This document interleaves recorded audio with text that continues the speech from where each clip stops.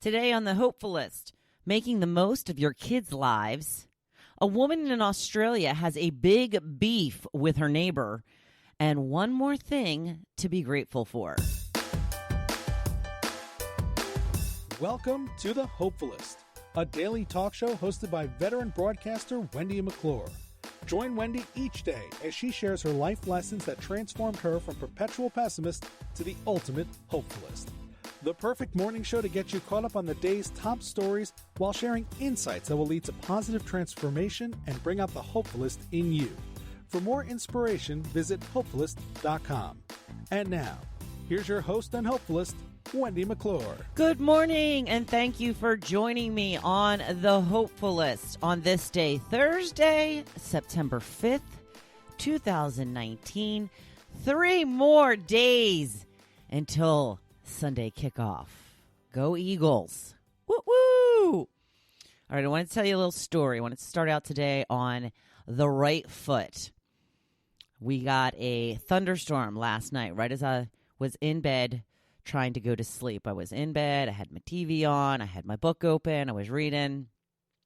And I typically read until my eyes start to get really heavy and I can't keep them open anymore. That's a sure signal that it is time for me to fall asleep. If I try to go to sleep before that, I typically won't. So I keep reading and reading and reading. And that's just my system. That's just my pattern, what I do. So as I was putting the book down, I was hearing, we had been hearing some rumbles of thunder for a while. But right as I was putting my book down and snuggling in, the rains came. And it was pounding on our roof. Loud thunder. Pounding rain on the roof. I'm typically afraid of thunderstorms. I don't really like them that much. I've grown to have a better appreciation for them in the last couple of years. We have a really cool porch that I like to sit on sometimes during a day storm. I don't like to do it at night. But as I was curled up, safe and sound in my bed, all comfy cozy, snuggled under the blankets, I thought to myself, oh, thank goodness I am warm and safe inside my house while that storm is going on outside. Do you know what that is? That is a change in mindset. That has what has taken place in me over the years. Where before, I would have been like, oh, I'm never going to get to sleep. Oh, the thunder, the rain, it's making me crazy. I used to sometimes have to take sleeping pills when a storm like this was going on when I was trying to sleep. The wind, that's another story. I still don't like the wind. The wind still scares the bejesus out of me. But I thought that as I was falling asleep, and maybe it was more in the forefront of my mind because Joe and I did get stuck in the rain a few days ago. As the rain started coming down pretty heavy, I think it was Sunday night, and Joe was standing at the back sliding glass door, and he said, "Did you move the lounge chairs?" And I said, "No, they're right where they always are." And the next thing I know, he opens the door and walks out, and I'm like, what's going on? I go out and look. There's no lounge chairs there. However, the teeny little table that we have in between the lounge chairs was still there. Yeah, they blew into the lagoon, both of them. I mean, they're full-size lounge chairs. They're not that light. They're not super heavy, but they're not light. They're not nearly as light as that tiny little table that didn't move. So, yes, both of our lounge chairs in the lagoon. We did get them out the next day because we had tried to see if we could get them out then. We could not. They were a little far out. So we did get them out the next day. But while we were trying to determine whether we could get them out or not, we both got soaked with rain. And it was thundering and lightning and all that stuff. And maybe we shouldn't have been out there. But regardless, maybe that is why when I snuggled down under my covers last night and heard that rain pounding on the roof, I thought to myself, thank God I am safe and warm and snuggled in, and I have this wonderful house to protect me from the elements. Gratefulness. Like I said, definite change of mindset for me. And as I always say, if I can do it, anyone can do it, because I'm not sure if I knew much of a bigger pessimist than me. Well, I'm sure there's worse pessimists than I was, but definitely a pessimist. But that is not the thought of a pessimist. That is the thought of a hopefulist, right? So yay me. Congratulations me. I hope that my examples are teaching you, if you need it, and to show you how you can change too.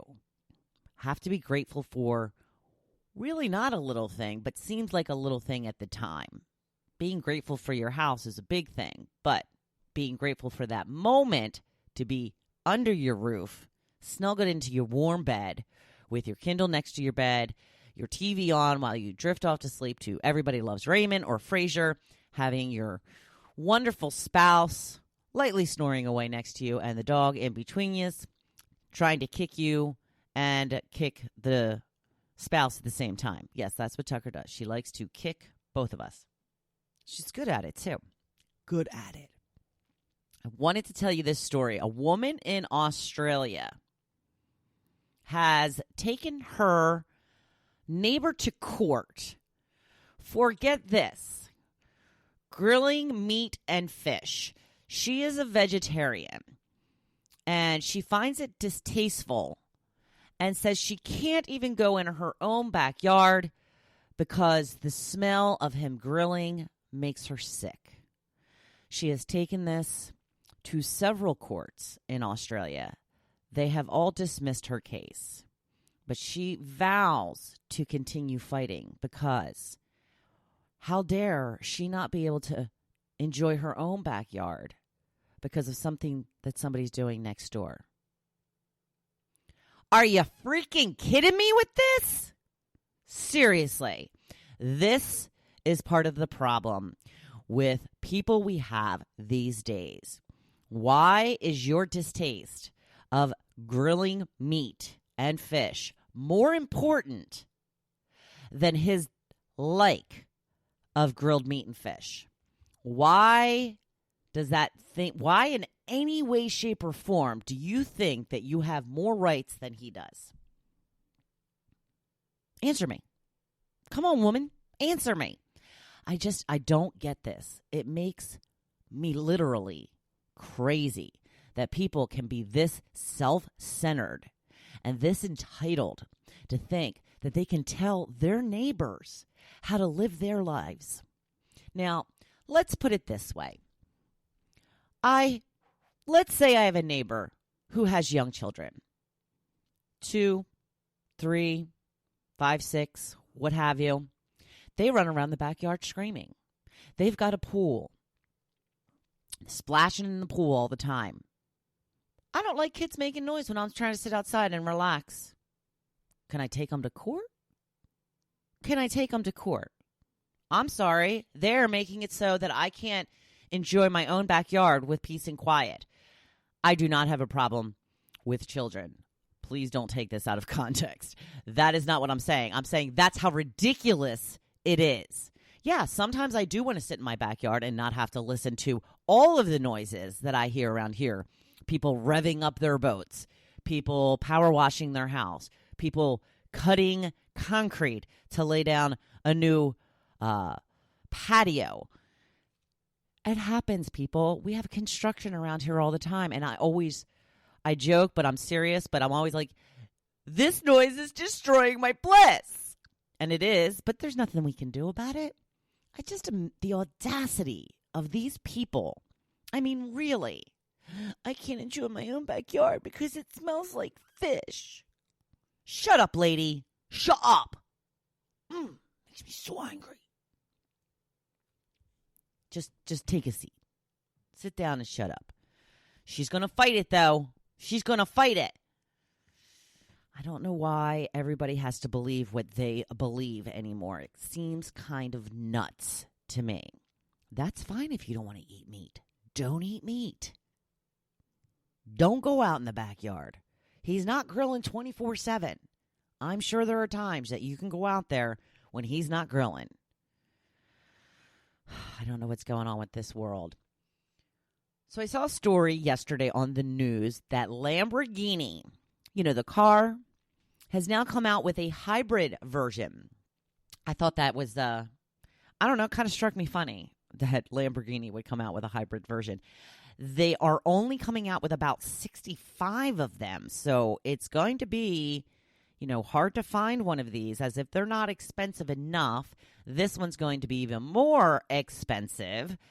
And I guess it's going to save you on gas. It's going to help with the environment. Still can go 0 to 60 in like 3.5 seconds. So there you go. But that led me to my topic for the day. Got to thinking about cars. I love me a nice car. I have been wanting, and I posted a picture of it, a Mercedes for some time. Now, I did volley back and forth between BMW and Mercedes for quite a while, but I have decided that the Mercedes is what I want. I'm not sure. I do not want a convertible. I don't like convertibles. Too much wind. Just too much wind for me. I did love my sunroof. Probably wouldn't even minded the old school T-tops. Remember the T-tops? Trans Am, Firebirds. Oh, they're awesome. I had a girlfriend who had a Trans Am, red Trans Am with the T-tops. So awesome. Man, did we get looks when we were in that car. So I would not like a convertible, but I am torn between the sporty-looking coupe and the SUV. I like them both. The one I posted in the picture, probably a little more sporty than I would go for, but I do love me a Mercedes. I do remember referring to a Mercedes one time. I guess it was technically my second job in radio. I was already hired at Q102 in Philadelphia. I was working in promotions, and they were looking for somebody to start answering the phones for the morning show. So apparently I had to interview with a number of management people in order to get this job. So when I was sitting with the general manager, he had asked me, if you could be a car, what kind of car would you be?